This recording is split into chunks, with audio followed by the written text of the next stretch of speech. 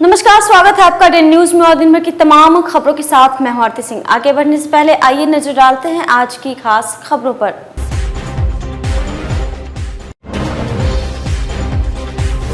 मछली मारने के दौरान एक व्यक्ति की मौत, मुआवजे की मांग करते हुए परिजनों ने सड़क जाम कर प्रखंड कार्यालय को किया बंद।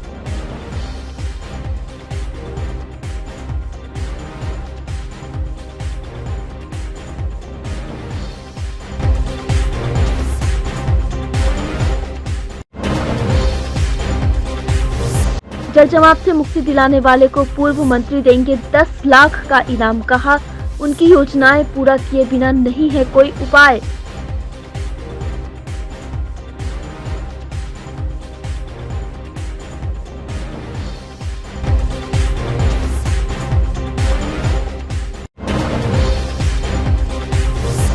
और मुहर्रम पर शांति व्यवस्था कायम रहे, इसे लेकर सुरक्षा बलों ने निकाला फ्लैग मार्च। उपद्रव फैलाने वालों पर होगी कठोर कार्रवाई।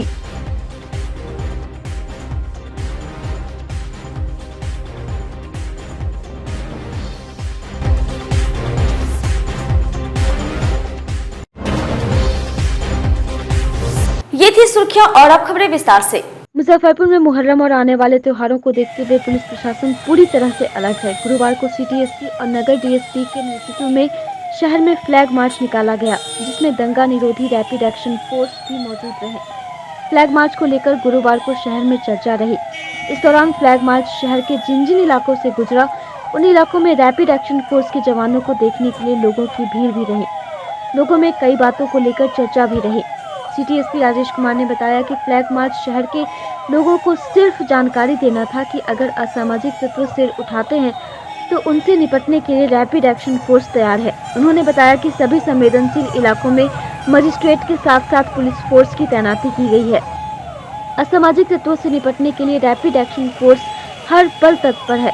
हर समुदाय के लोग अपने फेस्टिवल को शांतिपूर्ण माहौल में मनाएं। सिटी एसपी ने कहा कि विशेषकर सोशल मीडिया पर सर्विलांस की टीम बनाई हुई है। कोई भी धार्मिक भड़काऊ पोस्ट डालने वालों को बख्शा नहीं जाएगा। उन्होंने कहा कि इस बार मुहर्रम में किसी प्रकार का जुलूस नहीं निकाला जाएगा। मुस्लिम समुदाय के लोग घर पर ही मुहर्रम का त्योहार मनाएंगे।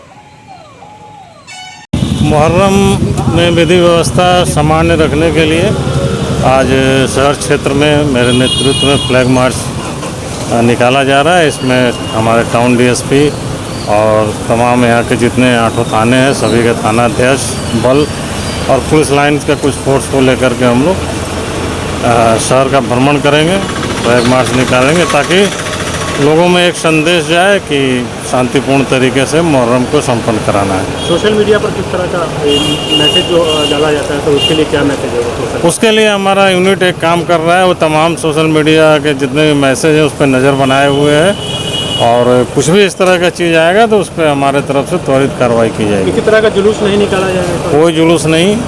आप पूजा करें, पूजा की तरह अपनी आस्था है आप करें, लेकिन कोई भी धार्मिक आयोजन पे अभी पूर्णतः प्रतिबंध है, जिसको कि सभी को पालन करना है। डीजे पे भी प्रतिबंध रहेगा सर? पूरी तरह प्रतिबंध है सर। पुलिस बल की तैनाती और मजिस्ट्रेट की तैनाती भी रहेगी? सारा डिप्लॉयमेंट हो चुका है, ज्वाइंट ऑर्डर निकल चुका है और जितने भी यहाँ पे शहरी क्षेत्र और इवन रूरल एरिया में भी संवेदनशील क्षेत्र हैं, उन तमाम जगहों पे मजिस्ट्रेट और पुलिस पदाधिकारी एवं बल की प्रतिनियुक्ति की जा चुकी है।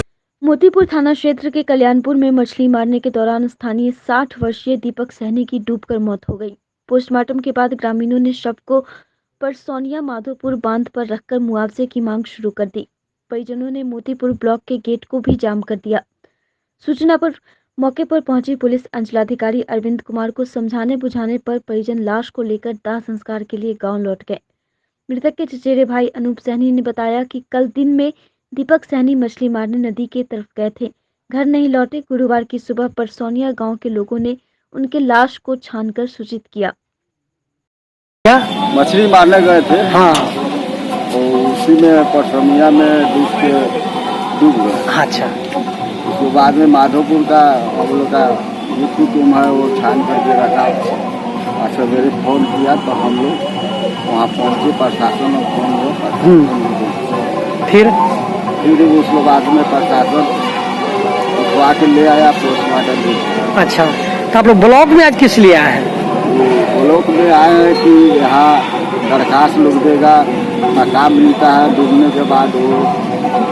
तो आप लोग अपने किए हैं या कोई आप लोगों को भेजा है यहाँ? मुखिया भेजा है। मुखिया भेजा। क्या मुखिया जी बोले हैं? बोले हैं कि जाके ब्लॉक में आप लोग जाइए। हाँ, उसको काम मिलता है नहीं मिलता है। तो मुखिया जी क्या बोले हैं आप लोगों को? ब्लॉक में जाइए, अच्छा, और जा करके वहाँ पड़ी कराइए। अच्छा। पंचायत से कुछ लोग 100 लेकर अंचल गेट पर पहुंचे।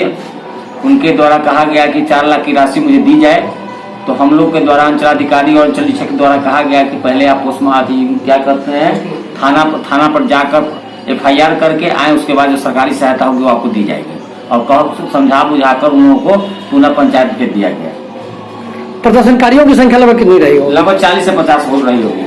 नगर निगम के द्वारा स्टेशन रोड के 122 दुकानदारों को 20 अगस्त तक दुकान खाली कर देने का आदेश मिलने के बाद स्टेशन रोड के दुकानदारों ने गुरुवार को खुद से ही अपनी दुकानों को हटाना शुरू कर दिया है। गुरुवार को स्टेशन रोड के कई दुकानदारों ने अपनी दुकानों को अपने हाथों से ही तोड़ डाला। दुकानदारों का कहना है कि नगर निगम के द्वारा उन लोगों को अवैध कब्जेदार दर्शाया जा रहा है। साथ ही कहा जा रहा है कि नालों पर अतिक्रमण कर उन्होंने यह दुकानें बना रखी हैं, जिसे लेकर दुकानदारों का कहना है कि उन्होंने कब्जा नहीं किया है। रेलवे के द्वारा विधिवत तरीके से उन लोगों को यह दुकानें आवंटित की गई थी। अगर नगर निगम उन्हें हटा रहा है तो उन्हें बसाने की भी व्यवस्था करे। ये नहर बोला कि खाली किरण हम तोड़ के हटा देंगे। कितना तारीख तक? 20 तारीख का डेट दिया हुआ है। हाँ, हम लोग कहाँ जाएंगे? जो है ना, हम लोग नौकरी चाकरी नहीं है, 70 साल की दुकान है। क्या डिमांड है आप लोग? हम लोग जगह चाहिए। हाँ, 122 दुकान है। कितने साल से दुकान है? 70 साल हो गया। 172 से 40 साल हुआ है। 42 साल हो गया। जगह के लिए मांग कर रहे, जगह नहीं मिला। हाँ, हम लोग का अपना रजिस्टर किया हुआ है सरकार से, रेलवे सरकार से अलॉटमेंट किया हुआ मेरे फादर के नाम पे है। मेरे अपने फादर के नाम पे अलॉटमेंट है, उसको खा रही है। मैंने बैंक से लोन लिया हुआ और मेरी इतनी बर्बादी हुई थी। बैंक का लोन कौन देगा? सरकार देगी, रेलवे सरकार देगी, बिहार सरकार देगी। कौन देगी लोन का पैसा? मेरा CC किया हुआ है, मेरा मॉर्गेज रखा हुआ है, मेरे साथ ये है वो है, कोई सुनने वाला नहीं है। और हम लोग बर्बाद हो रहे हैं, दुकान खुलवाना पड़ रहा है। 30 तारीख तक का लास्ट डेट दिया गया हमें और हम लोग बर्बाद हुए हैं। जल जमाव से परेशान था। जल जमाव से बहुत दिन से परेशान है। जल जमाव से सरकार क्या करेगा? नाला पे हम लोग का दुकान है नहीं, बार अलाउंसमेंट कर रहा है कि नाला पे दुकान है, नाला पे दुकान है। नाला पे दुकान हम लोग का नहीं, नाला हम लोग का पीछे है। रेलवे की नाला पीछे है या आगे है? इस दुकान को नगर निगम की तरफ से आदेश मिला है कि 20 तक खाली कराना तक कानूनी कार्रवाई की जाएगी। अब बताइए कि हम लोग का बाल बच्चे का पोषण कैसे होगा, पढ़ाई लिखाई कैसे होगा? पहले हम लोग कोरोना काल में हम लोग ऐसे ही मरे हुए। दूसरी बात की ये पानी को लेकर हम लोग पहले मरे हुए। अब ये नगर आयुक्त आए कहीं कि दुकान खाली कर दी, 20 तारीख का नजर आना तक कानूनी कार्रवाई की जाएगी। अब हम लोग कानूनी कार्रवाई के पीछे कहाँ भागेंगे? अब यही हम लोग को नगर आयुक्त से गुजारिश है कि कहीं हम लोग को शिफ्ट कर दे। बस हम लोग स्मार्ट सिटी के विरोध में नहीं है, स्मार्ट सिटी बने, हमारा शहर स्मार्ट बने, इसके हम लोग पक्ष में है। लेकिन हम लोग का भी रोजी रोटी की व्यवस्था की जाए। गुरुवार को बारिश नहीं होने पर शहरवासियों ने राहत की सांस ली। पिछले एक पखवाड़े से रुक रुक कर हो रही बारिश से शहरवासियों को दोहरी मार झेलनी पड़ रही थी। एक तरफ बारिश तो दूसरी तरफ जल जमाव से उनका जीना मुहाल हो गया था। बारिश नहीं होने के बावजूद मुख्य बाजारों से लेकर गली मोहल्लों में जल जमाव की समस्या जस की तस बनी हुई है। निगम का दावा है कि बारिश नहीं होने पर जमा पानी निकल जाएगा। वहीं निगम के दावों पर सवाल खड़े करते हुए पूर्व मंत्री सुरेश शर्मा का कहना है कि उनके द्वारा जिन 2 परियोजनाओं का शिलान्यास किया गया था, जब तक वह दोनों परियोजनाएं पूर्ण नहीं होंगी तब तक शहरवासियों को जल जमाव से मुक्ति नहीं मिलेगी। उनका कहना है कि जिले में मुशहरी और खबरा में वाटर ट्रीटमेंट प्लांट का शिलान्यास उनके द्वारा किया गया, पर राजनीति के तहत इन दोनों परियोजनाओं को ठंडे बस्ते में डाल दिया गया है, जिसके कारण शहरवासियों को जल जमाव झेलना पड़ रहा है। उन्होंने कहा कि इन दोनों परियोजनाओं के बगैर अगर कोई शहर को जल जमाव से मुक्ति दिला देता है तो वह उसे 10 लाख का इनाम देंगे।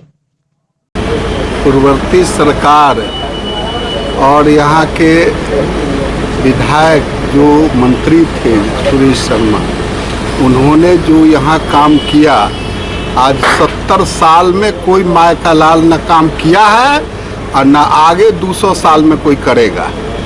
समझे न? बात बनाने के लिए तो बहुत लोग बना सकते हैं। जल जमाव की समस्या क्रिएट किया हुआ है जिन लोगों का, आज उसके दूर करने के लिए हमने जो 183 करोड़ का स्कीम दिया था, उस पर किसने बाधा डाला, कौन रोका है?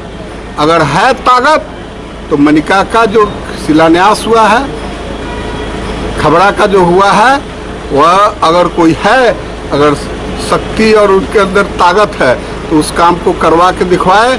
जल एक बूंद भी शहर में नहीं रहेगा, और नहीं तो कोई भी कितना भी प्रयास करके रह जाए, पानी अगर निकल जाएगा तो 1 लाख रुपया हम फाइन देने के लिए तैयार हैं। मतलब शक्ति है, इच्छा शक्ति नहीं है यहाँ के है ही नहीं, है ही नहीं। हमने तो करके दिखाया है, और उस काम को कोई इम्प्लीमेंट करा दे जिसका प्लांट अभी बंद है, ठेकेदार रो रहा है।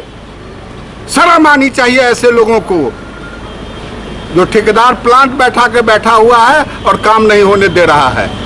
लज्जा आनी चाहिए ऐसे लोगों को। बात लोग बना रहा है, नहीं बोलते हैं, इसलिए बात खुल जाएगी तो बहुत मुश्किल हो जाएगा, बहुत लोगों का पर्दा उखड़ जाएगा।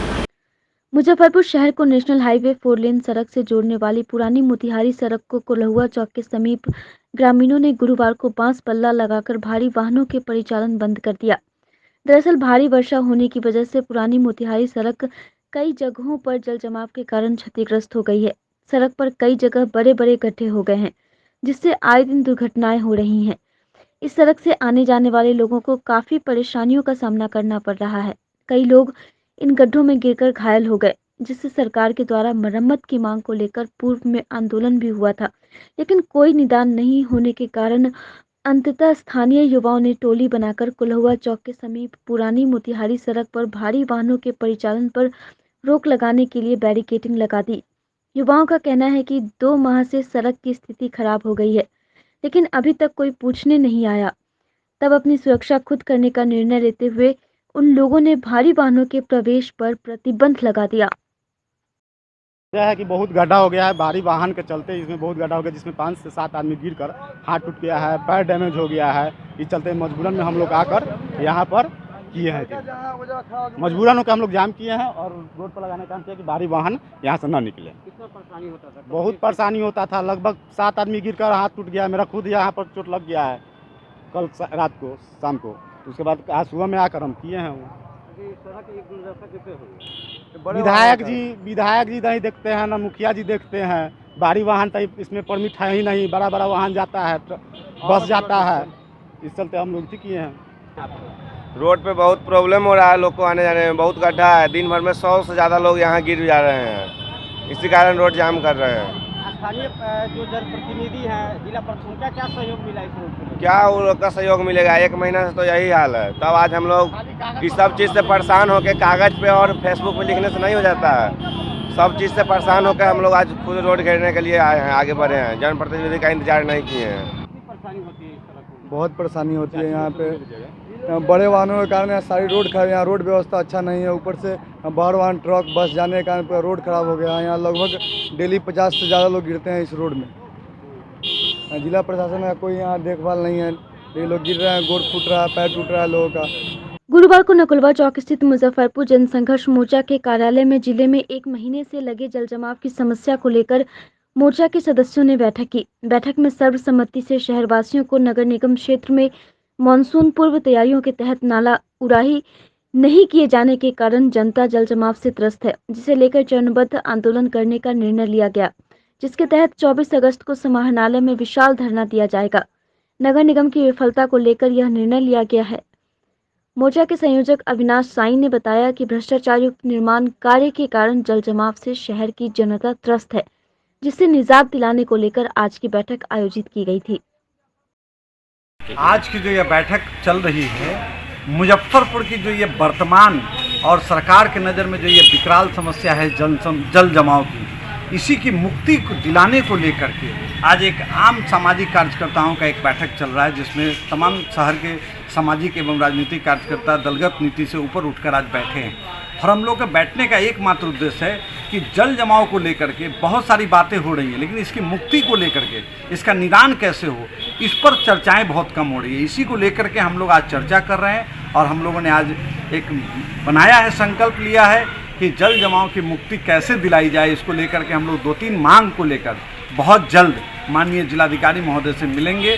हमारा मुख्य मांग यह है कि जितनी भी नालों का निर्माण चल रहा है उन तमाम जो गैर वैज्ञानिक तरीके से जो नाला का निर्माण चल रहा है उन तमाम नाले के निर्माण में वैज्ञानिक तरीका अपनाया जाए और ख़ास करके सोख्तानुमा नाला का निर्माण और उचित दूरियों पर कलवर्ट बनाई जाए, सोख्तानुमा कलवर्ट, ताकि ये जल जमाव की समस्या से मुक्ति मिल सके। साथ ही साथ ड्रेनेज सिस्टम और वाटर ट्रीटमेंट प्लांट को लगाने के लिए जो हम लोगों ने कई वर्षों से आंदोलन कर रहे हैं, इसको लेकर के ज़रूरत पड़ेगी तो बहुत ही जल्द आमरण अनशन किया जाएगा। जब तक ड्रेनेज सिस्टम और वाटर ट्रीटमेंट प्लांट का टेंडर नहीं निकल जाता तब तक के लिए जरूरत पड़ेगी तो हम लोग बहुत जल्द आमरण अनशन करेंगे। उत्पाद विभाग की टीम को 2 बड़ी कामयाबी मिली है। गुप्त सूचना के आधार पर उत्पाद विभाग की टीम ने मुजफ्फरपुर रेलवे स्टेशन पर से 3 शराब तस्कर को शराब के साथ गिरफ्तार किया है। तीनों की पहचान मुशहरी छपरा के दीपक कुमार, राम कुमार और हरीश कुमार के रूप में हुई है। बताया जा रहा है कि यह तीनों छोटी कल्याणी के सतीश कुमार नामक कारोबारी को यूपी से शराब लाकर देता है। फिलहाल सतीश की गिरफ्तारी के लिए उत्पाद विभाग की टीम छापेमारी कर रही है। वहीं दूसरी ओर उत्पाद विभाग की टीम ने कुढ़नी के खरौना डी गांव में छापेमारी कर एक सुमो कार से 45 कार्टन विदेशी शराब को जब्त किया है। छापेमारी की भनक लगते ही कारोबारी मौके से भागने में सफल रहा। उत्पाद की टीम ने सोमो को जब्त कर कारोबारी की पहचान करने में जुट गई है। उत्पाद इंस्पेक्टर पिंकी कुमारी ने बताया कि दोनों मामले में मुख्य कारोबारी का पता लगाया जा रहा है। पूर्ण शराबबंदी वाले बिहार में शराब तस्कर को किसी भी हाल में बख्शा नहीं जाएगा।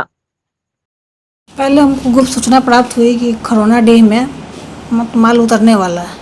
ठीक है, हम लोग अपना टीम तैयार करके वहाँ के लिए निकले। खरौना डीह में गए। बम नहर के पास एक गाड़ी उधर से बोलेरो जो शराब लोड कर आ रही थी, तो जैसे ही मेरी गाड़ी की देखी तो लोग उतर कर वहाँ से गाड़ी चालक भागने में कामयाब रहा। तो हम लोग बोलेरो और लगभग 45 कार्टून वहाँ से बरामद हुई है। कौन है कारोबारी, कुछ पता चला? कारोबारी का नाम अभी पूरा क्लियर नहीं हो पा रहा है। हम लोग अनुसंधान में जारी है, जैसे होता है फिर हम। दूसरी क्या कार्रवाई चल रही है? दूसरी रेलवे स्टेशन पर भी हम लोग को सूचना मिली कि ऐसे ऐसे बरौनी लखनऊ एक्सप्रेस आ रही है। 4:50 में उसका टाइमिंग था। फिर हम लोग अपना टीम लेकर वहाँ गए तो देखे कि एसी बोगी से 3 लड़का ट्रॉली में और पिट्ठू बैग में लेकर शराब मतलब वहाँ से उतरा। उससे हम लोग पूछताछ किए तो बोला कि पार्सल है इसमें। फिर हम लोग चेक इन किया। चेक इन के दौरान पता चला कि उसमें शराब है। कितनी शराब थी इसमें? लगभग 72 लीटर। कोई कारोबारी पता चल पाया कौन लोग का शराब था और ये कहाँ के रहने वाले थे? नाम क्लियर अभी वो बताया नहीं है। बोल रहा है कि लोग सेल करता हो गया शहरी इलाका में। शहरी इलाका में। ये लोग रहने वाले कहाँ थे? ये लोग रहने वाले मुशहरी के। मुशहरी थाना के हैं। क्या कार्रवाई कर रहे इसमें आगे? इसमें हम लोग अपना अनुसंधान में लगे हुए हैं। मामला दर्ज हुआ है? कार्रवाई मामला दर्ज हुआ है तीनों पे। मध्य प्रदेश में बेरोजगार युवाओं पर लाठीचार्ज के खिलाफ AIDYO और AIDSO ने गुरुवार को प्रतिवाद दिवस मनाते हुए खुदीराम बोस स्मारक स्थल से सरेयगंज टावर तक मार्च निकाला। संगठन के नेता लाल बाबू राय ने कहा कि बढ़ती भयंकर बेरोजगारी की स्थिति में मध्य प्रदेश के कोने कोने से बेरोजगारी के खिलाफ हजारों की संख्या में युवाओं द्वारा 18 अगस्त को प्रदेश की राजधानी भोपाल में रोजगार उपलब्ध कराने की मांग को लेकर प्रदर्शन किया जा रहा था। सरकार मांगों को अनदेखी कर शांतिपूर्ण प्रदर्शन कर रहे युवाओं पर बर्बर लाठीचार्ज करके दबाने का प्रयास किया और सैकड़ों युवाओं को गिरफ्तार भी कर लिया गया, जो पूरी तरह से अलोकतांत्रिक और तानाशाहीपूर्ण रवैया है। मौके पर AIDSO के बिहार राज्य सचिव विजय कुमार, जिलाध्यक्ष शिव कुमार सहित दर्जनों सदस्य मौजूद थे। मध्य प्रदेश के अंदर 4 साल से बेरोजगार नौजवान लोग आंदोलन कर रहे थे रोजगार के लिए। यहाँ तक कि उसमें कुछ शिक्षक जो पात्रता परीक्षा पास है उनको भी भर्ती नहीं किया जा रहा है। इसको लेकर के 4 साल से आंदोलन चल रहा था। कल उस राज्य में जो आंदोलन हो रहा था उस पर पुलिस ने बर्बरतापूर्ण ढंग से दमन किया। यहाँ तक कि पुलिस द्वारा भी छात्राओं के साथ ज्यादती की गई। इसके खिलाफ आज पूरे देश भर में all India democratic student organisation और युवा संगठन all India democratic youth organisation के संयुक्त तत्वाधान में आज देशव्यापी प्रतिवाद दिवस मनाया जा रहा है। और इस प्रतिवाद मार्च के माध्यम से हम केंद्र की भाजपा सरकार से मांग करते हैं कि इस देश के अंदर में विभिन्न विभागों में जो रिक्त पद है उस पर अविलंब वैकेंसी निकाल करके भर्ती किया जाए। साथ ही साथ देश के अंदर जो लगभग 18 लाख कल कारखाना बंद पड़े हुए हैं उस कल कारखाना को खोला जाए। साथ ही साथ रोजगार सृजनात्मक कार्यक्रम लिया जाए, तभी ये बेरोजगारी की समस्याओं का समाधान होगा। लेकिन ये सरकार बेरोजगार नौजवानों को रोजगार के बदले में लाठी गोली दे रही है। ये पूर्ण रूप से ये रोजगार विरोधी सरकार है। इस सरकार के खिलाफ आज हम तमाम आम जनता से अपील करते हैं कि ये जो रोजगार के समर्थन में जो आंदोलन चल रहा है उसमें तमाम लोग समर्थन करें। साथ ही साथ अगर सरकार रोजगार के लिए व्यवस्था नहीं करती है तो हमारी संगठन ऑल इंडिया डीएसओ और डीवाईओ पूरे देश भर में नौजवानों को, बुद्धिजीवियों को, छात्रों को संगठित करके दीर्घकालिक आंदोलन। गुरुवार को जिला परिषद मार्केट स्थित भाजपा जिला कार्यालय में प्रधानमंत्री गरीब कल्याण अन्न योजना कार्यक्रम का शुभारंभ बिहार सरकार के भूमि सुधार एवं राजस्व मंत्री रामसूरत राय के द्वारा किया गया। इस अवसर पर पूर्व मंत्री सुरेश शर्मा, पूर्व विधायक केदार प्रसाद गुप्ता, बेबी कुमारी, भाजपा जिलाध्यक्ष रंजन कुमार सहित कई भाजपा नेता मौजूद थे। मंत्री रामसूरत राय ने बताया कि केंद्र की मोदी सरकार दिवाली तक गरीबों और आश्रितों को मुफ्त अनाज देने की जो व्यवस्था की है उसे लाभुकों तक पहुंचाने के लिए प्रधानमंत्री गरीब कल्याण अन्न योजना का शुभारंभ किया गया है। शुभारंभ झोला वितरण समारोह किया गया है। झोला बांटने का उद्देश्य है कि इस गरीब को पिछले कोरोना काल से लेकर इस कोरोना काल तक पिछले साल भी 8 महीना और इस साल 8 महीना भी मुफ्त अनाज देने का संकल्प माननीय यशस्वी प्रधानमंत्री जी ने किया और उसको इम्प्लीमेंट कराने का काम भी किया गया।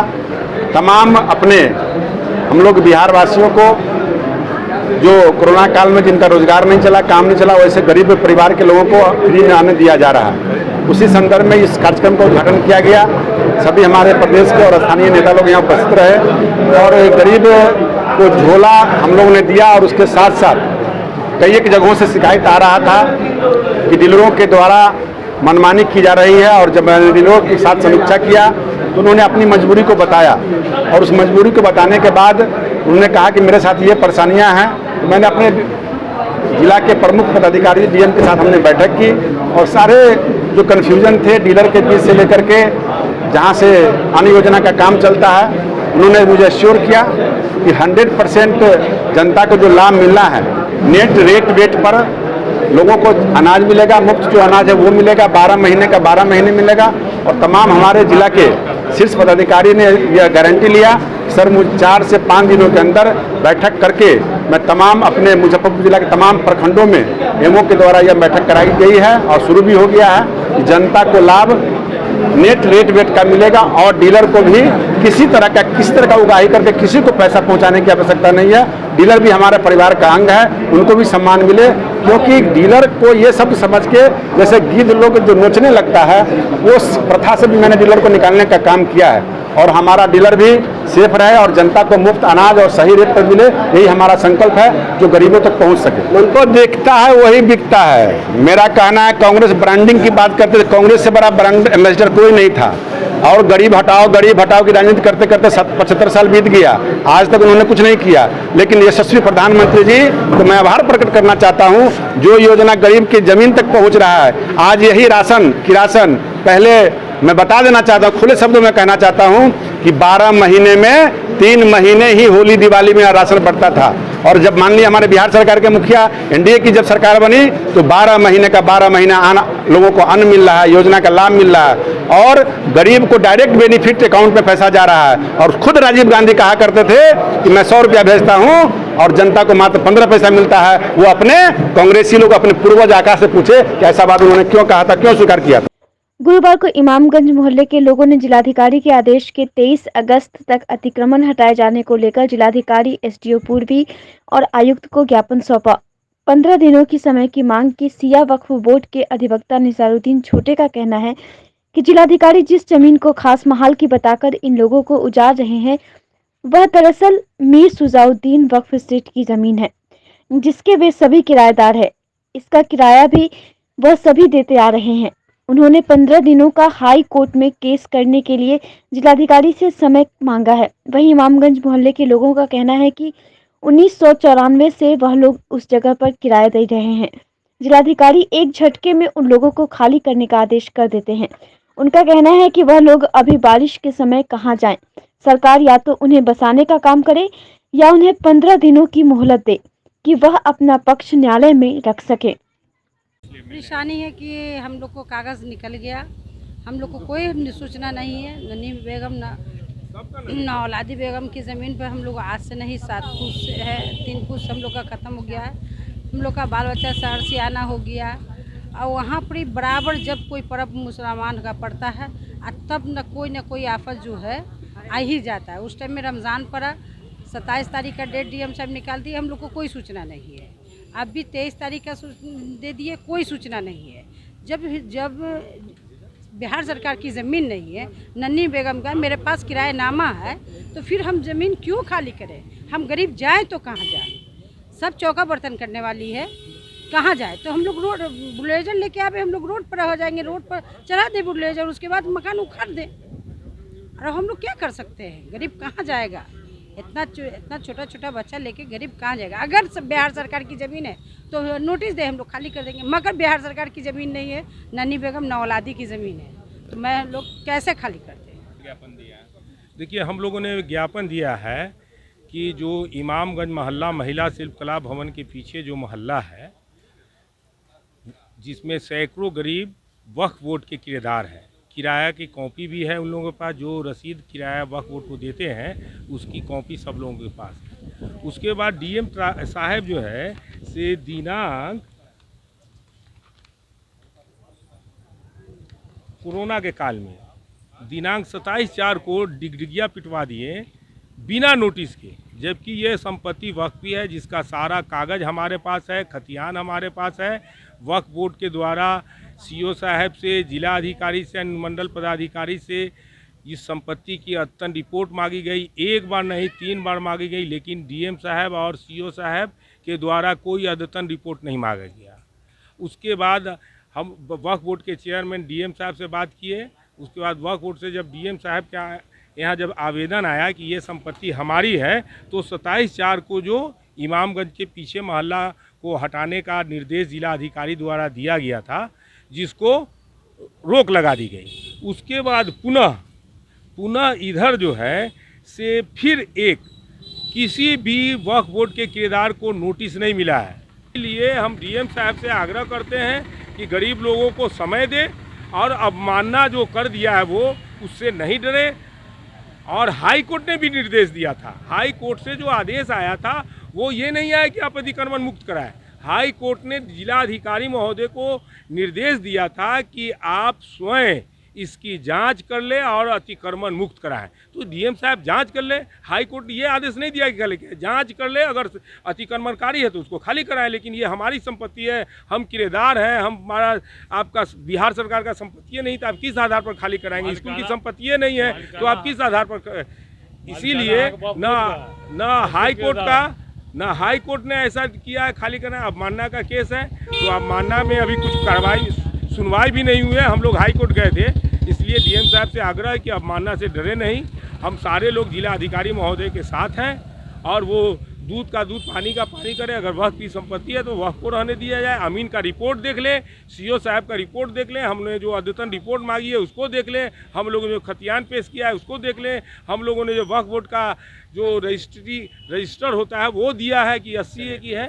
आज की खबरों में बस इतना ही। कल फिर मिलेंगे कुछ नई खबरों के साथ। तब तक के लिए हमारी न्यूज़ टीम को दीजिए इजाज़त। नमस्कार।